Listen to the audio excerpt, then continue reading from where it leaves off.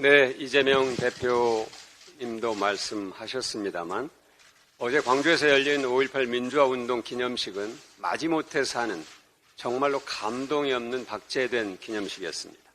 특히 국민들께서는 윤석열 대통령의 연설에서 원하던 답을 찾을 수가 없었습니다. 지난해에 이어서 올해도 5.18 정신을 헌법 전문에 수록하겠다는 언급은 없었습니다.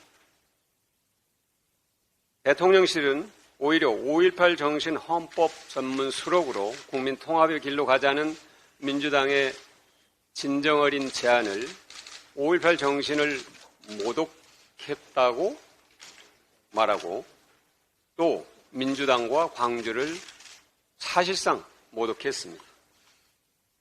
국민의힘 역시 정말로 책임없는 불분명한 자세로 국민을 실망시키기는 마찬가지입니다. 대통령의 5.18 기념식 참석은 중요한 일일 수 있습니다. 그러나 그것이 진정성 있게 중요하려면 어떤 자세로 어떤 다짐을 하는가입니다. 실망과 감동은 종이 한 장 차이입니다. 어렵지 않습니다. 감동을 주는 것이. 국민들께서 원하시는 길, 5.18 정신 헌법 전문 수록을 약속하는 것입니다. 윤석열 대통령께 거듭 말씀드립니다. 국민 통합의 길을 가시기 바랍니다. 광주 정신을 헌법에 담는 것만큼 분명하고 확실한 국민 통합의 길은 없습니다. 윤석열 정권이 국민께 한 약속이고 국민의 공감대는 이미 형성되어 있는 일입니다. 여당과 대통령만 결심하면 신속히 추진할 수 있습니다. 구체적 일정을 협의할 수 있도록 언급하시기 바랍니다.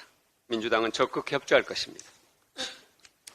국가 시스템의 마비로 국민이 희생되는 일은 없어야 합니다. 지난 6일 엄마 품에 안겨서 구급차에서 응급실을 찾아 헤매던 5살 아이, 이른바 응급실 뺑뺑이로 목숨을 잃었습니다. 먼 나라 이야기가 아니라 대한민국에서 가장 의료 인프라가 잘 갖춰져 있다는 서울에서 일어난 일입니다. 지난 3월 대구에서도 비슷한 사건이 있었습니다. 소아의료체계와 의료 응급체계 시스템의 붕괴로 아이들이 더 이상 목숨을 잃지 않도록 정부가 정말 절박하게 나서기 바랍니다. 정부의 소극적 대응으로 전세 사기 국회 입법이 늦어지는 사이에 벌써 전세 사기 피해자 4분이 생을 마감했습니다. 전세 사기 특별법은 더 이상 미룰 수 없는 시급한 현안입니다. 그럼에도 국토위 법안 소위는 여당의 터무니없는 고집으로 진척을 보지 못하고 있습니다.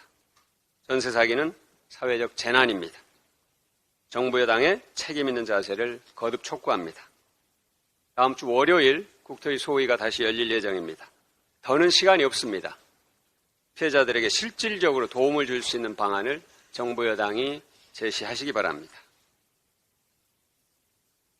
윤석열 정부는 민생의 길을 절박하게 인식하고 국민의 삶을 지키는 일에 국정의 역량을 집중해 주기 바랍니다.